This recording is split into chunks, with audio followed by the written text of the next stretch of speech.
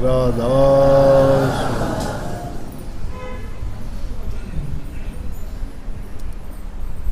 कितनी अच्छी अच्छी वाणी गाई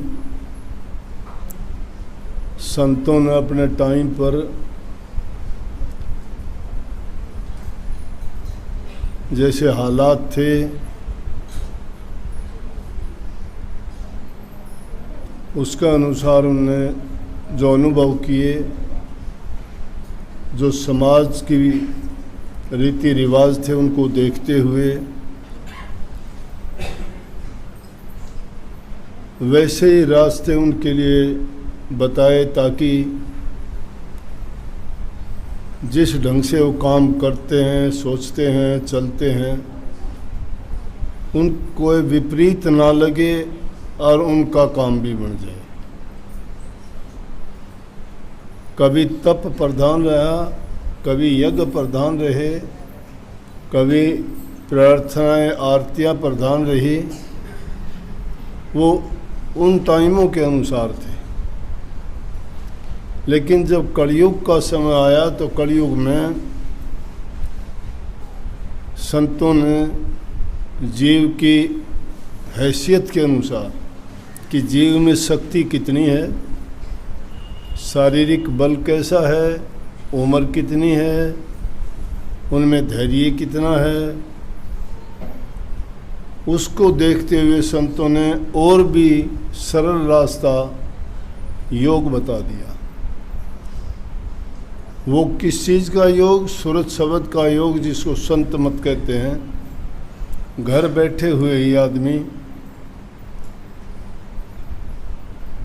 सब दुनियादारी के सारे अपने कर्तव्य हैं उनको पूरा करते हुए भक्ति का काम भी कर लें और अपने सामाजिक जीवन में भी वो सुखी रहे। लेकिन इस युग में सबसे मुख्य बात रही इंसान की सुख की। सुख किस चीज़ का?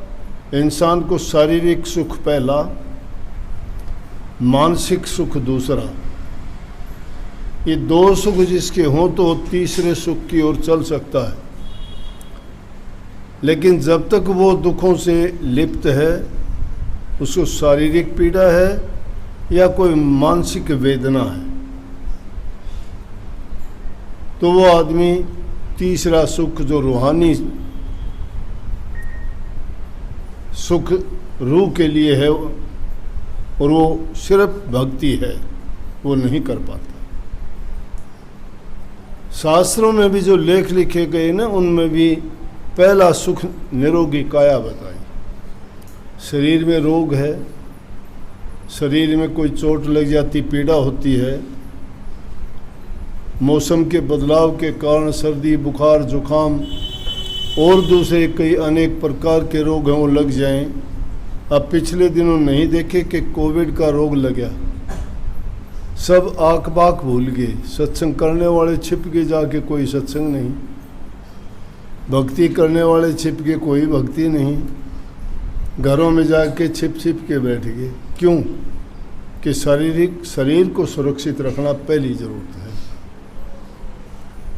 जिस इंसान का जब तुम्हारे पास पात्र ही नहीं है तो कोई चीज़ उसमें क्या डालोगे? सबसे ज़रूरी है शरीर को निरोग रखना, स्वस्थ रखना, इसका खान पान सही तरीके से जब हम प्रयोग में लाते हैं इन चीज़ों को तो स्वस्थ रहेगा। और स्वस्थ शरीर में ही स्वस्थ दिमाग होता है। और ये दोनों चीज़ स्वस्थ होंगी तो ही आदमी कोई भी काम, एक भक्ति नहीं, दुनियादारी के काम में भी लगोगे तो भी इन दोनों चीज़ों की ज़रूरत है। अब शरीर में रोग हो, दुख हो, बात भक्ति की करते हो, काम की करते हो, या कोई भी उसके सामने बात करोगे कुछ सुनना ही नहीं चाहेगा। बोला कहेंगे तेरे को काम की पड़ी है, मुझे ये दुख है, मुझे चैन ही नहीं है, बात सुनना ही नहीं चाहेगा कोई। तो शास्त्रों में कही कि पहला सुख निरोगी काया, उसके बाद दूसरा सुख बताया, वो तो दुनियादारी की चीज़ से हैं भी ज़रूरी, पहला सुख निरोगी काया, दूजा सुख घर में हो माया, तीजा सुख सुलक्षणी नारी। ये 3 सुख तो सबसे मुख्य हैं। चौथा सुख पुत्र अधिकारी, 5वां सुख राज में वासा, 6ठा सुख नीर निवासा, 7वां सुख अच्छा पड़ोसी, और इसी तरह से एक सुख और होगा। ये 8 सुख ऐसे हैं दुनियादारी में।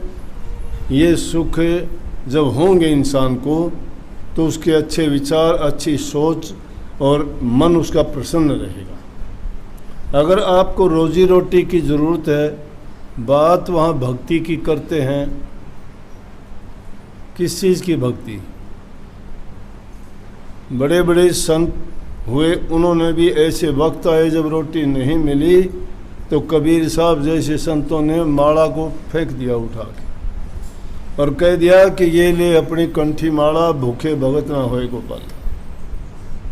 कि भूखे पेट से भक्ति थोड़ी हो सकती है। तो प्रथम काम है इंसान अपना रोजी रोजगार का काम करे कि जिसके कारण उसको चिंता ना रहे कि मैं मेरा परिवार का, बच्चों का पेट कैसे भरूंगा। अगर वो कोई काम नहीं करता है तो उसकी बाकी बातें खाली तीर चलाना है।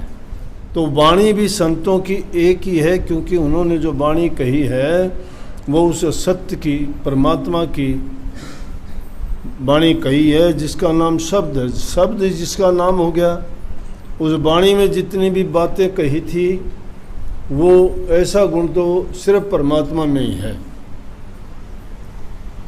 कहता है बोलता नजर नहीं आया, बोले कौन का बोलेगा? वो जिसका शरीर होगा। शरीर होगा उसमें ज्ञान इंद्री, कर्मेंद्री होंगी, वो बोलता भी होगा, सुनता भी होगा, देखता भी होगा। लेकिन प्रभु के बारे में जो निर्गुण है उसको हम नहीं देख पाते, क्योंकि वो सरगुण रूप नहीं है। सरगुण रूप की तो पहचान होती है। हम सभी बैठे हैं, शरीर सरगुण रूप है सबके।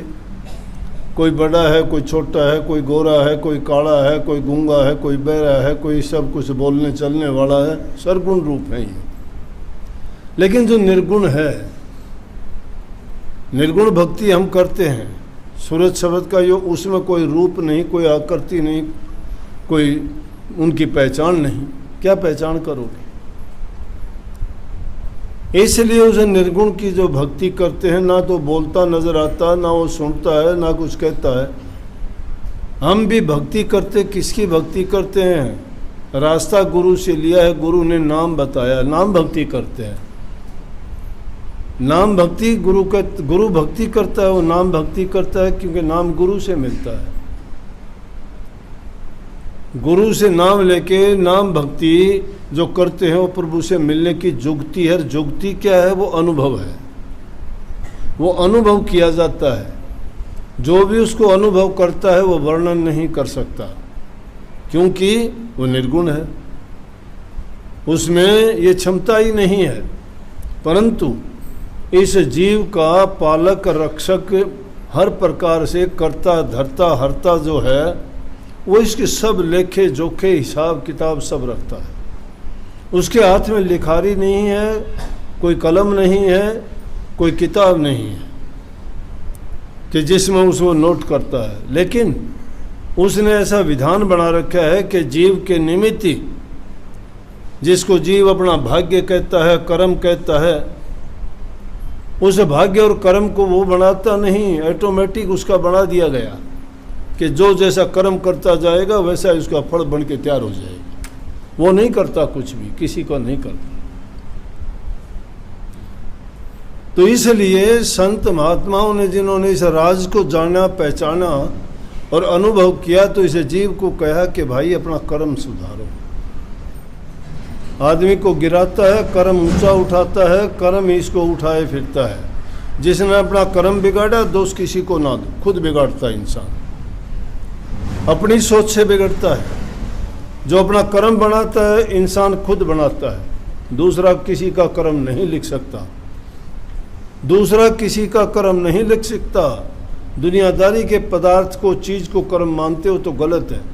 वो तुम्हें दे भी देगा तो वो छीन भी जाएगा, लेकिन जो कर्म तुम बना लोगे वो तुम्हारा कर्म कोई नहीं छीन सकता। और वो कर्म और के साथ धर्म लगाते हो, ये कर्म नहीं, ये रोजी रोजगार करना, धंधा करना, ये दुनिया का धंधा है। कर्म के साथ धर्म जुड़ा है। धर्म का मतलब है धार्मिक, धर्म से संबंधित, रूह से संबंधित, रूहानी जो तुम्हारा काम है वो तुम्हारा कर्म है। वो कर्म बनाओ। वो जो कर्म बना लेता है वो कर्म कहीं हार नहीं होने देता। कर्म खुद बनाते हैं, कर्म का दोष किसी और को देना ही गलत है। इसीलिए तो एक ही घर परिवार में एक ही चूल्हे की पकी रोटी खाते हैं, एक ही खेत का बना हुआ अन्न खाते हैं, एक ही बनाने वाले का उसमें योगदान होता है, फिर सबके विचार अलग अलग क्यों होते हैं? सब अपना अलग अलग कर्म लेके आए, कर्म का भार। ये जीव जन्म जन्मांतर से आता है जाता है, लेकिन मनुष्य देह में जब आता है ये जीव, और सतगुरु जब मिल जाता है, सत्संग जब मिल जाता है, नाम जब इसको मिल जाता है, तो ये अपनी करनी को सुधार लेता, अपनी करनी बना लेता है। बाकी कर्म का कोई साथी नहीं है।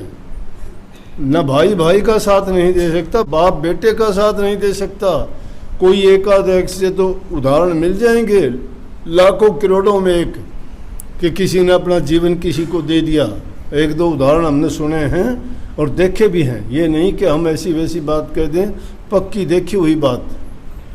एकाध कोई ऐसा चमत्कार होता है और वो पता नहीं, वो भी कुदरत का क्या खेल। लेकिन ना कोई किसी का कर्म सुधार सकता है ना बिगाड़ सकता है। अगर कर्म बढ़ाएगा तो इंसान खुद ही बनाता है। इसलिए अपने कर्म को सुधारो। कर्म जब तुम्हारा सुधर जाएगा, सबसे अच्छा यही है। लेकिन हम क्या सोचते हैं? हम कर्म दुनियादारी की चीज़ों में अपने आप को फंसा के सोचते हैं कि ये कर्म है, ये मेरा भाग्य है। वो कर्म और भाग्य नहीं है, वो दुर्भाग्य है। वो तुम्हें नीची गति की ओर ही लेके जाएगा, कितना भी प्रयास करोगे। लेकिन अगर तुम भक्ति के रास्ते पे चलोगे ना, उसमें कभी हानि नहीं होती, उसमें कभी कमी नहीं आती। बाधाएं आएंगी, और उन बाधाओं को क्या है कि बाधाएं तो अभी इस जो वाणी में थी, उतराइयाँ चढ़ाइयाँ तो ज़िंदगी में आती हैं। लेकिन हाथ होवे तेरा सिर पे, हाथ वो हाथ नहीं रखते, हाथ हमें रखना पड़ता है। हाथ हमें कैसे रखना पड़ता है? भूल हमसे होती है, स्वार्थ हमारा है, काम हमारा है, कल्याण हमें करवाना है।